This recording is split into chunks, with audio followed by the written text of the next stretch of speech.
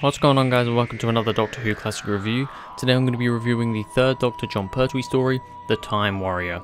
This is the first episode of Season 11, Jon Pertwee's final season, and let's just say, it's got a lot of introductions in it, which we will get into, but it's the first ever story for Sarah Jane Smith as well, played by Elizabeth Sladen. So, you know, a lot going on here, a lot to introduce, but anyway, let's get into the back of the DVD. The Doctor is called in by UNIT to investigate when a number of scientists go missing from a top security institute. Following the kidnappings back in time to the Middle Ages, he is unaware that investigative journalist Sarah Jane has stowed aboard the TARDIS. As events unfold, the Doctor discovers a sinister alien intent on altering the future of mankind. So a pretty brief kind of plot on the back of the DVD, synopsis I suppose you'd say there. However, you know, it's not trying to give away too much, which is always a good thing. However, I have actually already seen this story before watching it again when I picked up the DVD, but alas, there we go. We will start, as we always do, with the cast, starting off with Jon Pertwee as the third Doctor. He's brilliant, he's really good. I mean, he's really good all the time pretty much, but in this story especially, I think he's doing really well. His final season, from what I know and from what I understand, is pretty good, you know, with his performance. I mean, he's never really bad, Jon Pertwee. This is the only episode that I've currently seen from his final season, season 11, and yeah, I mean, he's really good, he's energetic, he's just got the characteristic that this Doctor, the third Doctor, I love the characteristic, you know, the kind of dashing kind of, you know, a little bit, you know, he's just like a scientist. He is the scientist Doctor, really, and you know, you really get that in this story. So yeah, and also some really good fighting stuff. I'm fairly sure Jon Pertwee did a lot of those fighting scenes himself, so you know, really good acting by him, you know, really good. There's nothing else I can really say. Elizabeth Sladen as Sarah Jane Smith. This is of course Sarah Jane Smith's first appearance in the show. She would go on to pretty much be at least the most well-known companion of the classic series, mainly with Tom Baker, doing like 2.5 series with him. But yeah, I mean, she's really good. She actually blows it out the park straight away. Honestly, I've seen quite a bit of Sarah Jane Smith, and I think this is one of her better performances. I mean, she's always good, but in this one especially, she just goes out with a bang. I think the script that she got given and everything was just amazing. I totally forgot when I was reading the back of the DVD to say who this was by. This is by Robert Holmes, writes a lot of Doctor Who stories from the classic era, so you know, we see him pop up quite a lot. But yeah, I think she got a lot to do. We'll get into some of the good stuff that happens with her later on, but yeah, really good from Elizabeth Sladen. We've got Kevin Lindsay as Lynx, really good. I'm fairly sure Kevin Lindsay also played the Sontaran in the Sontaran Experiment that I reviewed a couple of weeks ago.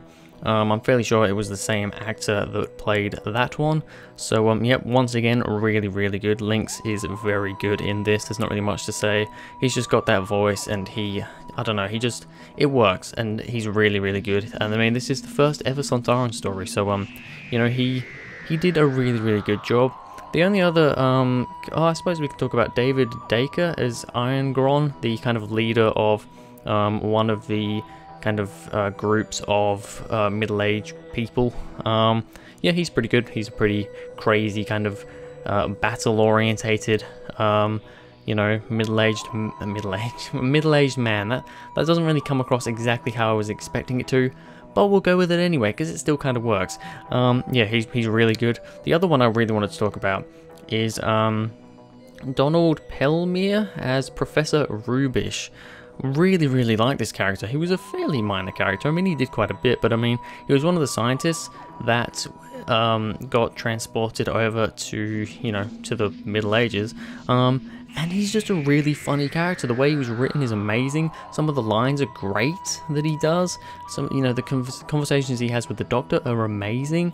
And altogether, the actor does a really good job. He was honestly one of the best characters in the episode, and he didn't have a massive focus. He had a fairly big focus, but I mean, you know, he wasn't way up there. But yeah, Professor Rubish, really interesting character. Alright, so let's now get on to the good and the bad. Starting off with the good, Lynx the Sontaran shows up almost straight away. So like I said, this is the first ever appearance of the Sontarans. The first ever Sontaran story. And he comes straight away, literally probably about 3-4 minutes into part 1, Link shows up. We don't know what he is yet. I'm pretty sure he actually says pretty quickly that he's a Sontaran, but that doesn't really mean much to us.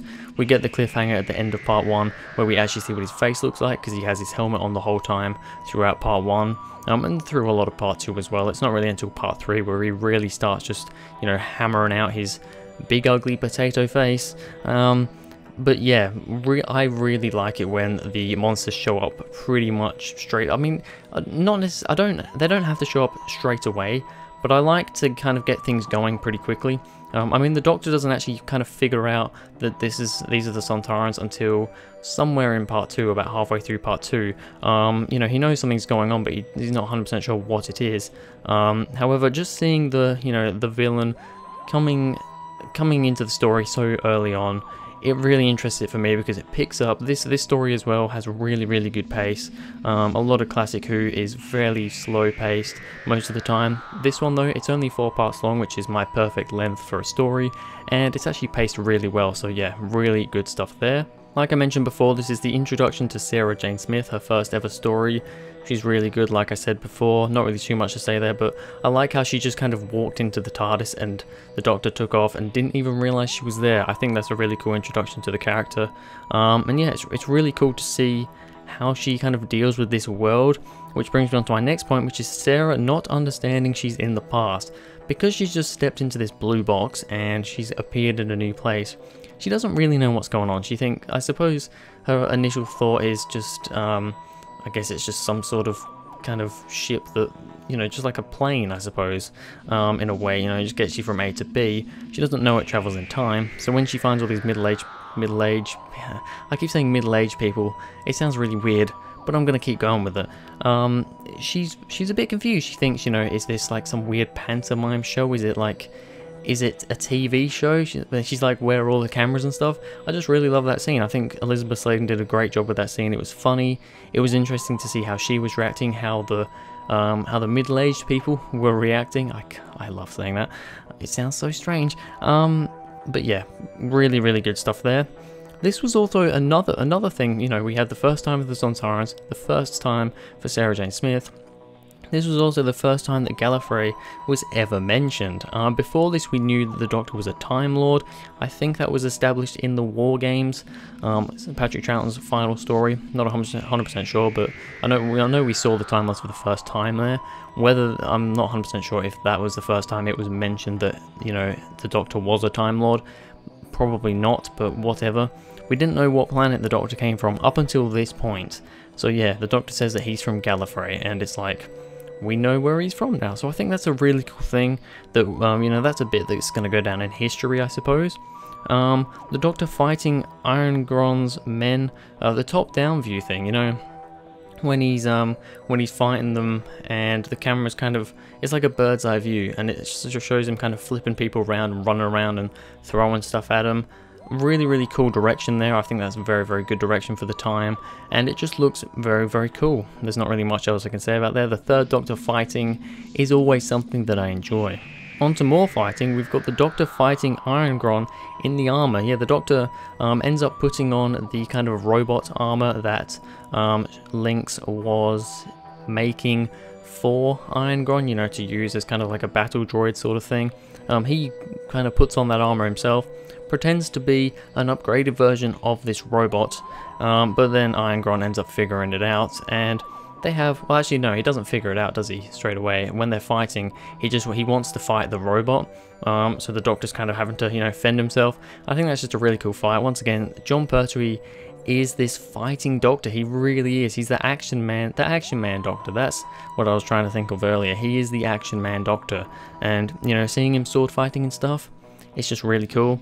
And then my final good point, which is also about fighting. A lot of fighting in this story, apparently. The Doctor fighting Lynx, I put Strix. That's the name of the one in Sontaran Experiment, isn't it? Put the wrong name down.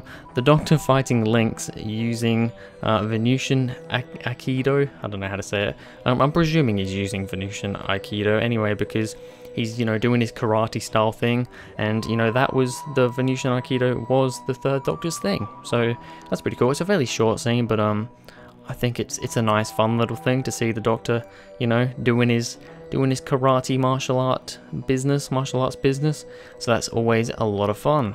So I'm gonna be honest, I actually don't have anything to put in the bad section.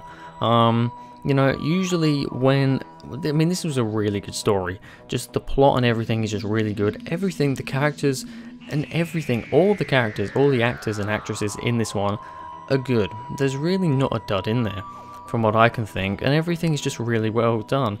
Usually I'd have to say something like the direction's shit, or you know, something's bad here and there with how, I don't know, the camera was, I don't know, you know, how it was shot and stuff, but that's not the case with this one. Direction's really good. And also, usually if a story's this good, I'd have something to complain about with the pacing, but like I said before, the pacing with this one is also very good. So there's nothing bad to say. I have nothing bad to say about The Time Warrior. So, on to my rating. I'm going to give The Time Warrior a 10 out of 10. It is a pretty perfect story. I mean, it's not my favorite story. I think this is the 6th story so far that I've given a 10 out of 10 in my classic series. And to be honest, it doesn't come that high. I've actually got a ranking. You guys haven't seen it, but I've got a ranking of all the stories I've reviewed so far. I think Robots of Death's at the top, then it's Moonbase, then Caves of Androzani. It's probably, I think this probably still comes behind Caves of Androzani. I prefer this, the last story that I've given a 10 out of 10, the one in last place, is The Enemy of the World. I think it comes slightly above that, but yeah, Time Warrior, really good, a 10 out of 10 from me. But anyway, that's going to be it for this video, guys. Thank you very much for watching. If you enjoyed, please go ahead, like and subscribe, and I'll see you guys in the next video.